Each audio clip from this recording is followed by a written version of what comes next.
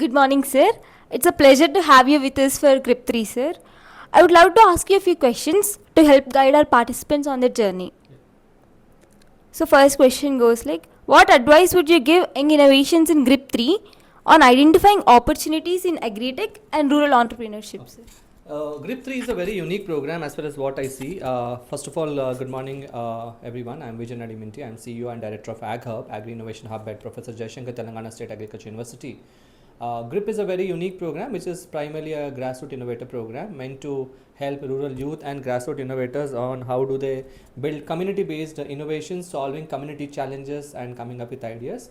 Definitely there are many problems that the rural youth can look up at. This could be issues of agriculture, rural employment, rural livelihood, issues around food processing, nutritional security, issues about local skilling, issues about climate change, issues about rural transportation, water, health, sanitation. So there are umpteen problem statements as I understand in the rural ecosystem. It is just that the students or the rural youth who are a part of the GRIP program should be able to understand the community's requirement. They should be able to literally understand what is the community pulse, where is the community's challenge. So this requires a bit of an empathy. Once the students are able to empathize with rural communities, they try and understand their aspirations and build the ideas. And last but not the least, the ideas should be more realistic, very grassrooted ideas which can actually be more relevant to rural. So it is just not that the ideas have to be unique or new, the ideas also have to be relevant. And last but not the least, once the students ideate about these ideas, the students who are a part of the GRIP program are advised to take the feedback from the rural communities to see if the ideas are valuable to them, and then slowly see how they can scale these models. Thank you, sir. Next question.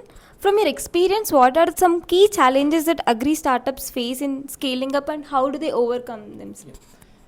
Primarily agri-startups, as I see more often, of course, one of the very important aspects is to see the problem solution fit as to how the technology or the product solves a grassroots level issue. So problem solution fit.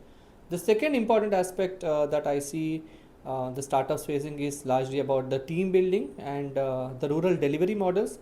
How do they deliver or distribute such products or technologies to the rural? And third is of course about funding, because agri-tech startups also requires funding. And fourth and more important aspect is about farmer acceptance of such products. So as far as what I have seen, how the startups tackle these issues in terms of the problem solution fit, the startups right now are a part of various immersion programs or validation programs. At AGA we have a validation program.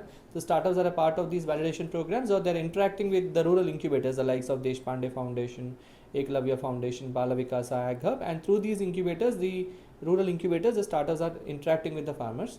About the fundraising, naturally the startups are very active in the fundraising from the seed funds and grants and also angel funding and VC funding. And in terms of the farmer acceptance, these are early days of technology acceptance by the farmers, and most of the farmer startups are digitally active. They are trying to have their YouTube channels, they are doing online demos and videos, and they're trying to interact with most of the FPOs. So since this is the early days of startup FPO interactions, we are hoping that more startups will be able to reach the last mile among the farming community. Thank you, sir. How do initiatives like Ag Hub and programs like GRIP help with strong agriculture innovation ecosystems? Ag Hub, definitely we are a part of an agriculture university, Professor Jaishankar University, one of the state-run university, and the ACIC Atal Community Innovation Center at the CBIT is one of the community-driven incubation centers. And given its focus on rural, and also since Ag Hub also has a focus of rural, since we are not only promoting technology and student startups out of the innovation hub, but we also have around 7 rural incubators, 3 agri-focused incubators, 3 food processing incubators, and 1 skilling incubator by NABARD, Ministry of Food Processing, and MSME Government of India. And these 7 rural incubation centers are in Jagityal, Warangal, and Tandur under the research stations of the university. So I see synergies in terms of the expertise, in terms of the ecosystem, in terms of the farmers' access to the grassroots innovators, and last but not the least, any agri-based hand-holding that is required. So as simple as, for example, if the grassroots innovator requires any lab support or any scientific support or any mentoring support or support from the incubation center Ag Hub or directly by the university, it is possible in terms of knowledge, network sharing, farmer access, and support from the incubation center and the university. Thank you, sir. What emerging trends in agriculture and rural development excite you the most for the other decade? See, one thing I'm pretty much convinced today in the last 11 years since the advent of the Startup India initiative, the country is today the largest one of the third largest startup destinations in the world, with almost 1.6 lakh startups registered under the Startup India initiative.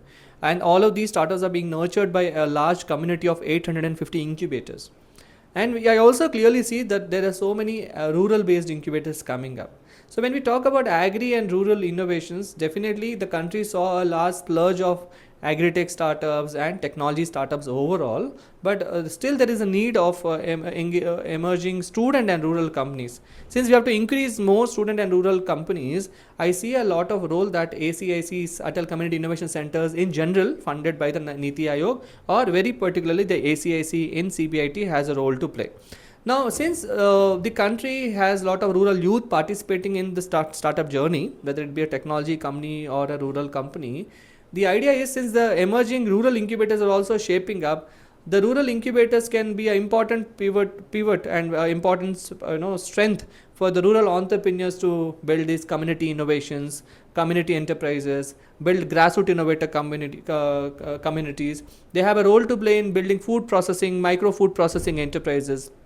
And last but not least, there is also a role for technology skilling. For example, there could be examples of rural youth engaging in drone flying or drone skilling. The rural youth can also be engaged in, let's say, repair or management and services of IoTs or robotics in agriculture and rural areas. There could be also opportunities of the rural livelihood through technologies.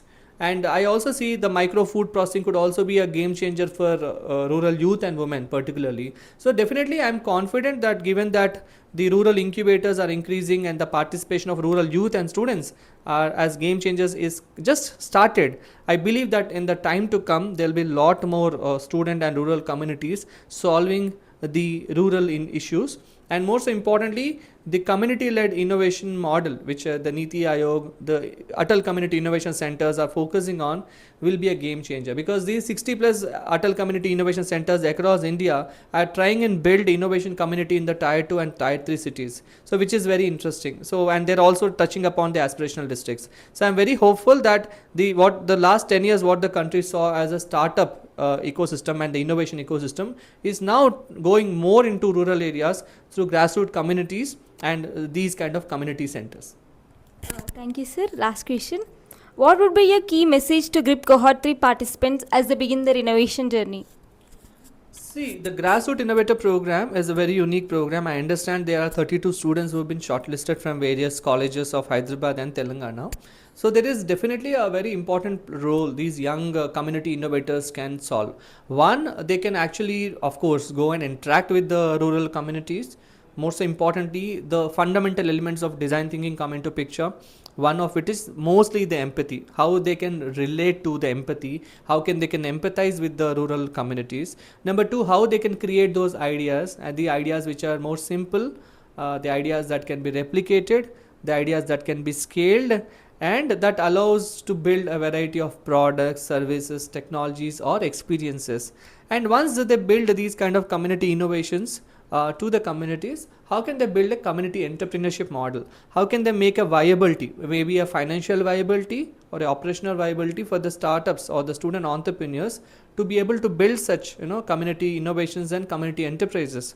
And that requires some kind of understanding as to what are the dynamics, socioeconomic dynamics in the rural areas, and the collaboration is the key. Most importantly, these young student innovators should be able to work with the incubators. There are 70 plus incubators in Telangana and Hyderabad. The mix of technology incubators, life sciences incubators, agri and rural focused incubators. And very interestingly, the students have to note that Telangana has one of the largest agri and one of the largest rural incubators, many incubators. There are 7 plus agri incubators and 5 plus rural incubators in the state of Telangana, which is probably growing. And that is the kind of an ecosystem these young student entrepreneurs under the Grassroots Innovator Program can leverage. And last but not the least, the state-led institutions like Telangana State Innovation Cell, the Palle Sujna, these kind of grassroots level institutions which are promoting rural entrepreneurship can also be a very important support. Henceforth, the students, once they understand the community's aspiration, once they empathize, once they ideate, In order to refine their ideas, they can leverage the support of the ecosystem and take the support of not only the technology incubators but these rural incubators which I have named earlier. And once they leverage the ecosystem support and build ideas, I am pretty sure that these ideas will transform the communities. So my best wishes to all the student innovators who got shortlisted. The one important message I would like to give to the students, that this is not just some program, this is a game changing platform for you to think about communities, empathize about communities, identify the problems of the communities and build ideas, not just for the farmers, not just for the rurals, but for the future. Thank you so much. Thank you so much, sir, for giving your time and to share your valuable insight. Thank you, sir. Thank you. Thank you guys. All the best.